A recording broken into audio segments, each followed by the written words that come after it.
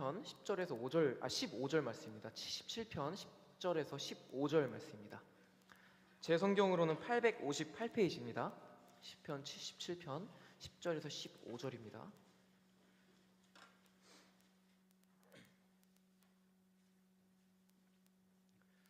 다 같이 합독하시겠습니다. 또 내가 말하기를 이는 나의 잘못이라 지존자의 오른손에 해 곧 여호와의 일들을 기억하며 주께서 옛적에 행하신 기이한 일을 기억하리이다. 또 주의 모든 일을 작은 소리로 읊조리며 주의 행사를 낮은 소리로 되뇌이리이다. 하나님이여 주의 도는 극히 거룩하시오니 하나님과 같이 위대하신 신이 누구오니까? 주는 기이한 일을 행하신 하나님이시라. 민족들 중에 주의 능력을 알리시고 주의 팔로 주의 백성 곧 야곱과 요셉의 자손을 속량하셨나이다. 셀라. 네, 함께 숨바꼭질이라는 제목으로 시편 77편을 나눠보려고 합니다. 시편 77편을 간단하게 소개를 해드리면요, 이 아삽이라는 찬양팀의 리더라고 할 수 있을까요? 리더가 앞으로 가고요. 그리고 이제 여두둔이라는 인물이 나옵니다. 여두둔이 어떤 인물이냐면 이제 언약궤가 움직일 때 그 언약궤 앞에서 나팔 불고 찬양하며 따라가는 사람이 여두둔, 그들의 리더가 여두둔이었습니다. 그리고 전체 지휘자를 뭐 아삽 이렇게 이해하시면 좋을 것 같아요. 그러니까 결국에 무슨 느낌이냐면 하나님 궤, 여호와의 궤 앞에서 이렇게 인도자에 맞춰서 같이 이렇게 찬양하는 그런 시입니다. 언제 이 시를 불렀냐? 힘든 일이 있을 때, 고난이 닥쳤을 때, 환난 가운데 이 백성들이 함께 모여서 이 시를 같이 찬양했는데, 이 여두둔의 법칙이라는 게 있습니다. 1절 우리 한번 읽어볼까요? 77편 1절입니다. 다 같이 읽겠습니다. 내가 내 음성으로 하나님께 부르짖으리니 내 음성으로 하나님께 부르짖으면 내게 귀를 기울이시리이다. 환난 가운데 가장 먼저 등장한 제1법칙, 하나님께 부르짖는다. 왜요? 하나님은 들으시는 하나님이시기 때문입니다. 성경에 이런 들으시는 하나님, 함께 하시는 하나님, 이런 묘사가 참 많이 나와요. 하갈이 이스마엘을 임신하였을 때, 이제 괴로워하고 있을 때 하나님께서 하갈에게 가셔서 내가 너의 음성을 들었다, 내가 너의 아픔을 들었다, 그리고 내가 들으시는 하나님, 그의 너의 아들 이름을 이스마엘이라고 해라. 이런 장면도 나오고요. 또 욥이 고난 가운데 하나님께 부르짖을 하나님이 들으십니다. 그리고 애굽에서 이스라엘이 고통받을 때 하나님이 들으십니다. 하나님은 분명히 들으시는 하나님이세요. 가장 작은 소리까지도, 내가 너무 힘들어서 어떠한 소리도 내지 못할 때 내는 가장 작은 신음소리까지도 다 세밀하게 들으시는 하나님이십니다. 근데 2절에 보니까 이렇게 말합니다. 나의 환난 날에 내가 주를 찾았으며 밤에는 내 손을 들고 거두지 아니하였나니. 지금 이 상태는요, 이스라엘 민족 전체의 상황일 수도 있고요, 한 개인의 상황일 수도 있습니다. 둘 중에 어느 것을 하더라도 개인적인 측면으로 가보려고 합니다. 오늘 밤은 편안히 주무셨나요? 저는 잘 잤습니다. 근데 어느 날은요, 잠을 못 자고 오는 주일도 많아요. 아예 날을 새고 오는 주일도 있고요, 1시간, 2시간 자고 오는 주일도 있습니다. 이상하게 토요일만 되면 그렇게 예민해지고 신경이 너무 예민해져서, 그래서 토요일 저녁쯤 되면 이런 걱정이 좀 따라오는 것 같아요.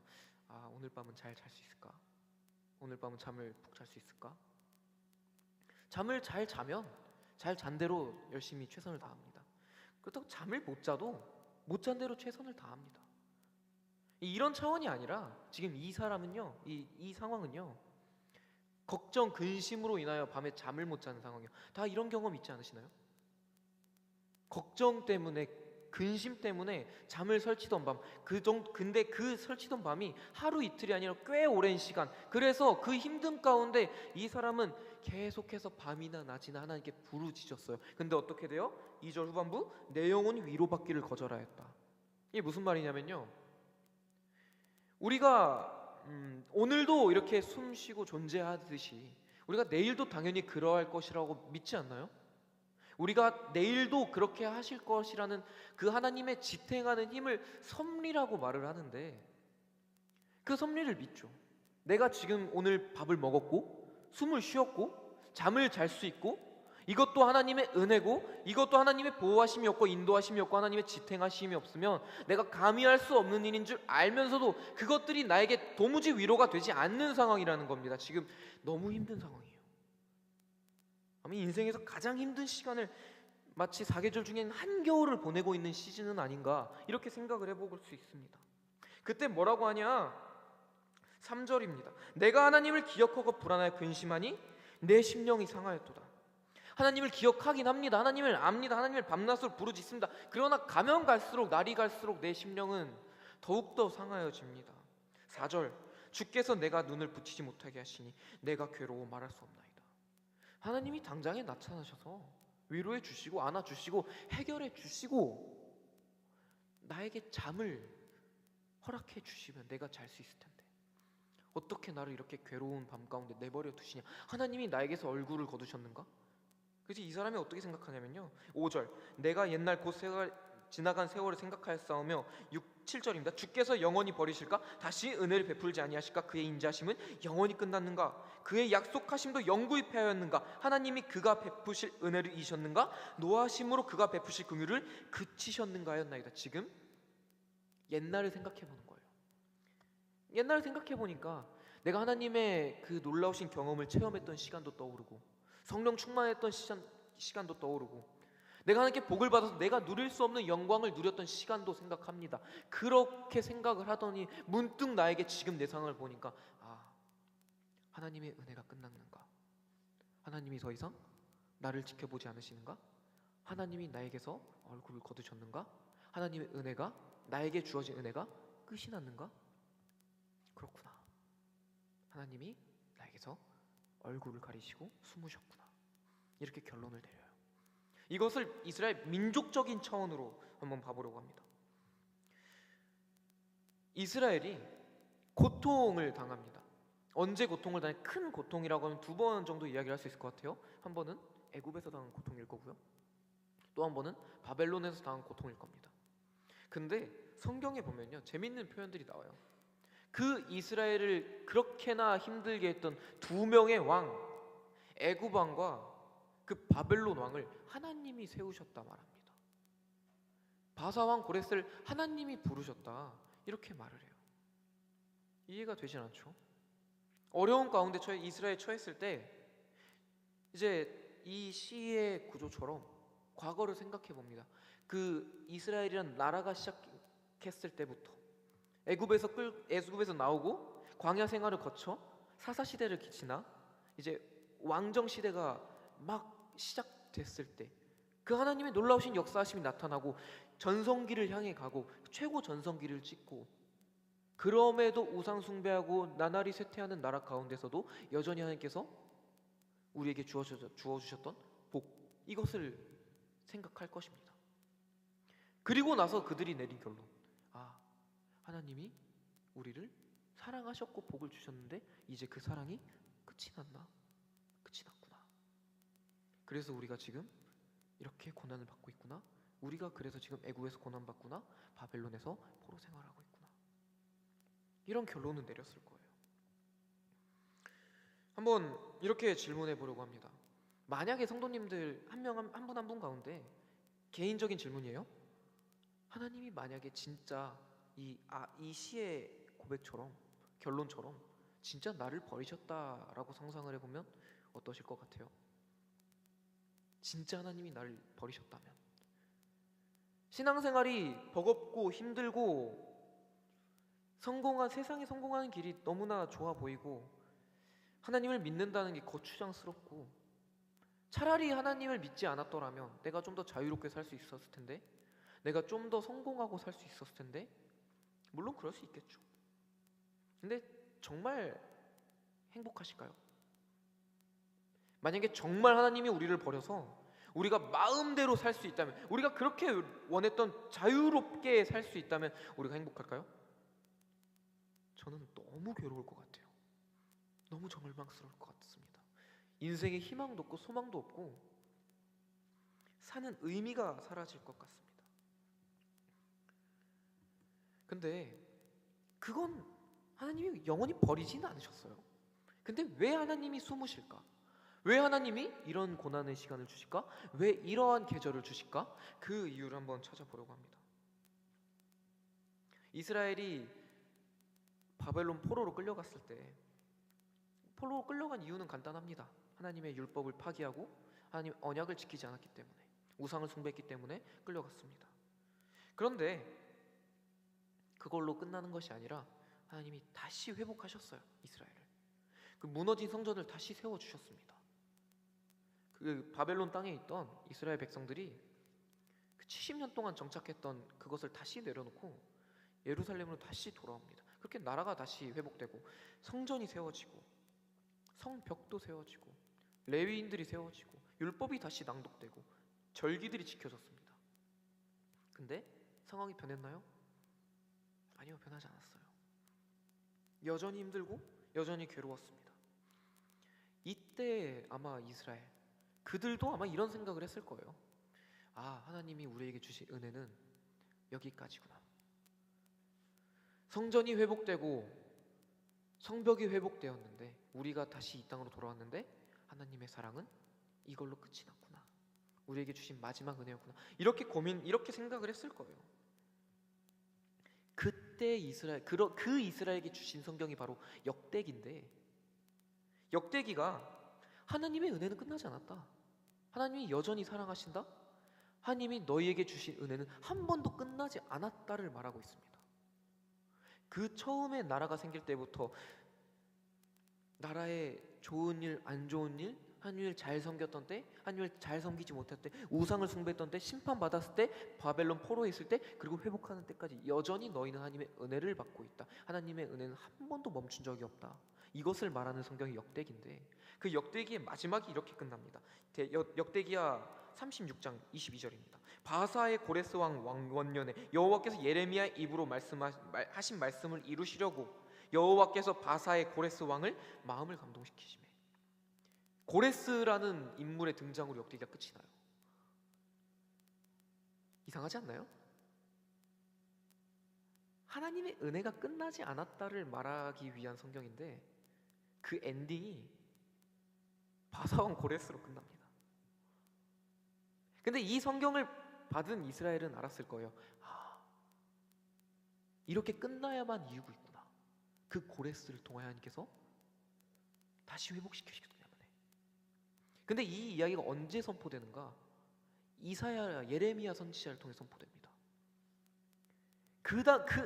이 이후에 이 역대기를 받은 이스라엘 말고 이사야와 예레미야가 선포했을 때 있었던 이스라엘 입장이 한번 돼보려고 해요. 누군가 우리한테 와서 너희 나라가 망할 건데 하나님이 너희를 회복시키실 거야. 누구를 통해? 바사왕 고레스를 통해. 하나님이 고레스를 세우실 거야. 이렇게 말을 한다면 이스라엘이 어떻게 받아들였을까요? 무슨 말도 안 되는 소리냐? 그게 무슨 말이냐? 우리가 고난 가운데 있을 때 하나님이 구원하시려면 모세가 나와야지, 다윗이 나와야지. 왜 갑자기 고레스가 나오냐? 알지도 못하는 왕이 왜 나오냐? 무슨 말이냐? 이런 반응을 했을 겁니다. 그런데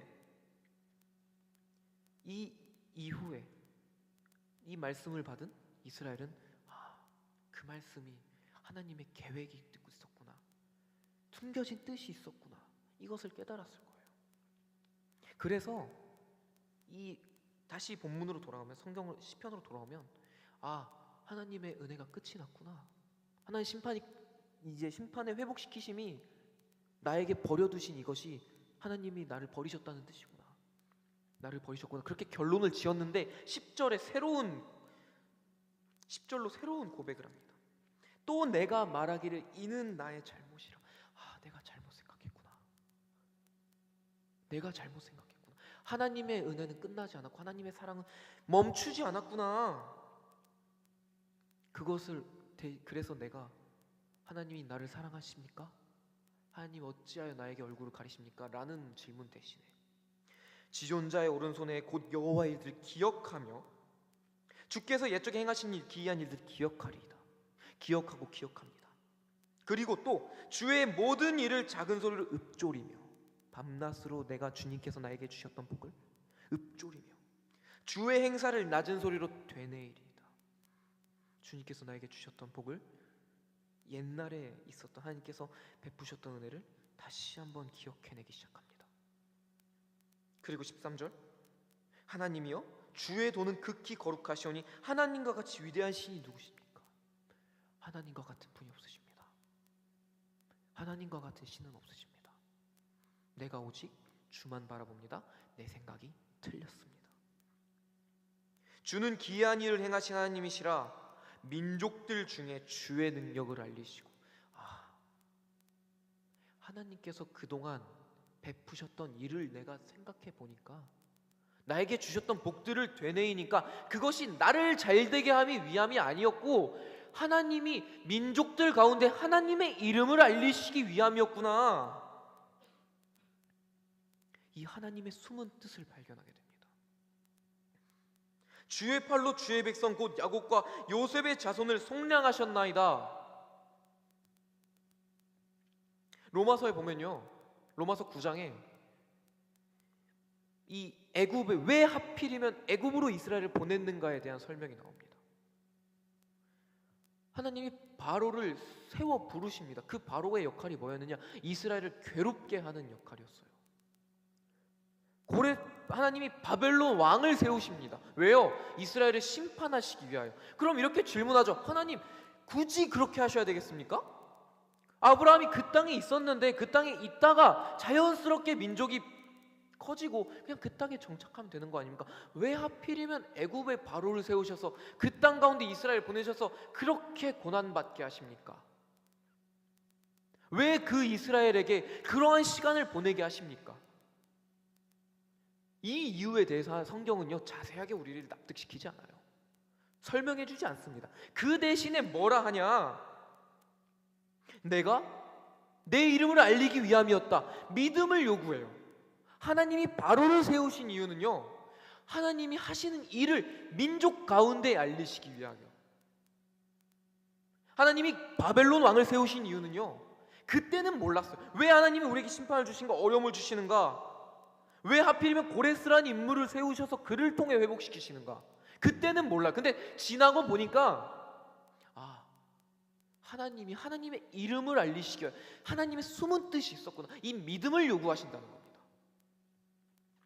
그래서 오늘 말씀 시편 77편의 노래를 가지고 나누고 싶은 것은요, 모든 우리의 어려운 밤들, 고뇌의 밤들이 이렇다고 말할 수는 없어요. 근데 첫째, 하나님은 변하지 않으시다는 겁니다. 아브라함에게 베푸셨던 은혜를 베푸셨던 하나님과, 야곱에게 은혜를 베푸셨던 하나님과, 모세 때 나타나셨던 하나님과, 다윗에게 나타나신 하나님과, 예레미야와 에스라와 사도들과 교부들과 오늘 나타나시는 하나님이 전혀 다른 하나님이 아니라 변하지 않는 하나님이시라는 겁니다. 이것이 왜 우리에게 은혜가 되고 위로가 되냐면요, 그 하나님이 말씀하시는 말씀이 변하지 않는다는 거예요. 그래서 이것이 위로가 된다는 겁니다.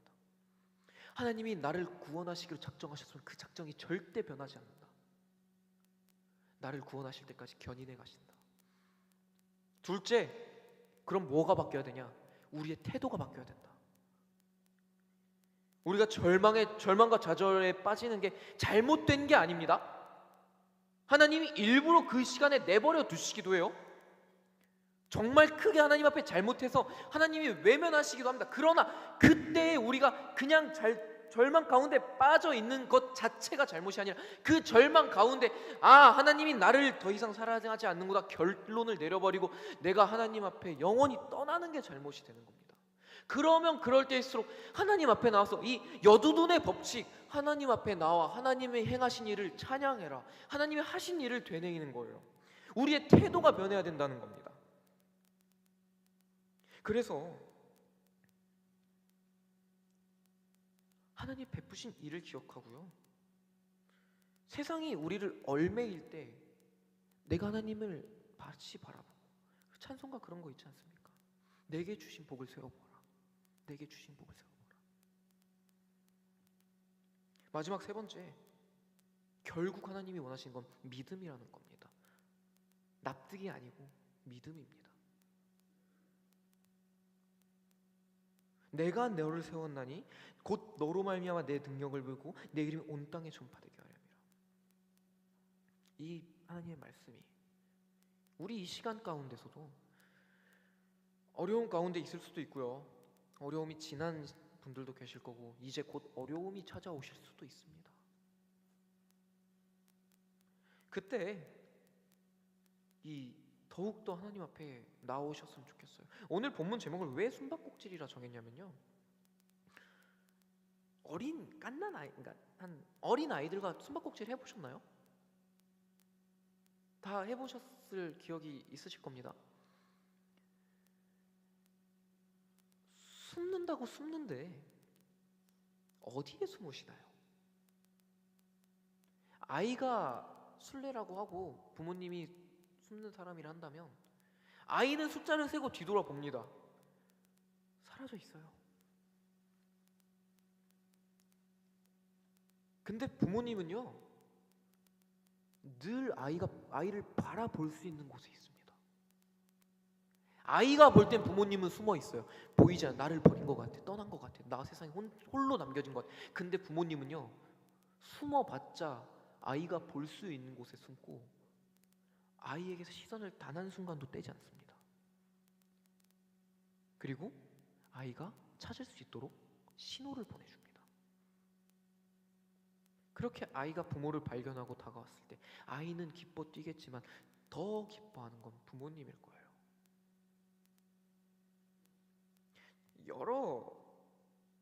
이 하나님이 얼굴을 가리신다, 하나님이 이 고난을 주신다는 거에 대해 너무 많은 이야기를 할 수 있어요. 성경에 너무 많은 이야기가 있고, 그렇지만 결론을 내리면 하나님이 우리의 소망이 되신다는 겁니다. 왜요? 하나님 말씀하셨고 하나님 변치 않으시고 하나님은 단 한순간도 우리에게서 눈을 떼지 않으셨기 때문입니다.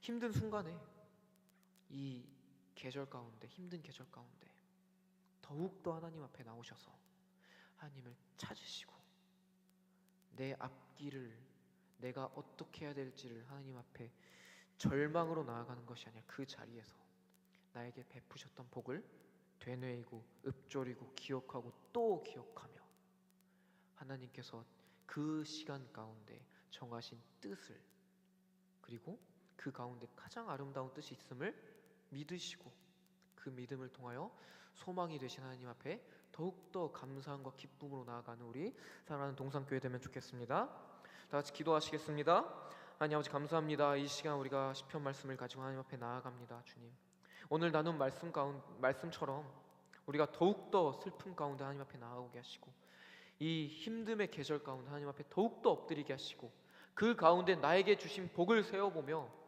주님께서 나에게 베푸신 은혜를 기억하고 또 기억하며 내가 주님으로 말미암아 소망을 얻게 하시고 힘을 얻게 하시고 나를 회복하시며 그 시간 가운데 하나님께서 정하신 뜻이 있음을 바라보며 언제나 나의 소망을, 나의 힘을, 나의 미래를, 나의 꿈을, 나의 내일을 하나님께 온전히 드릴 수 있는 우리 사랑하는 동산교회 되게 하여 주시옵소서. 살아계신 하나님께 예수 그리스도 이름으로 기도드립니다.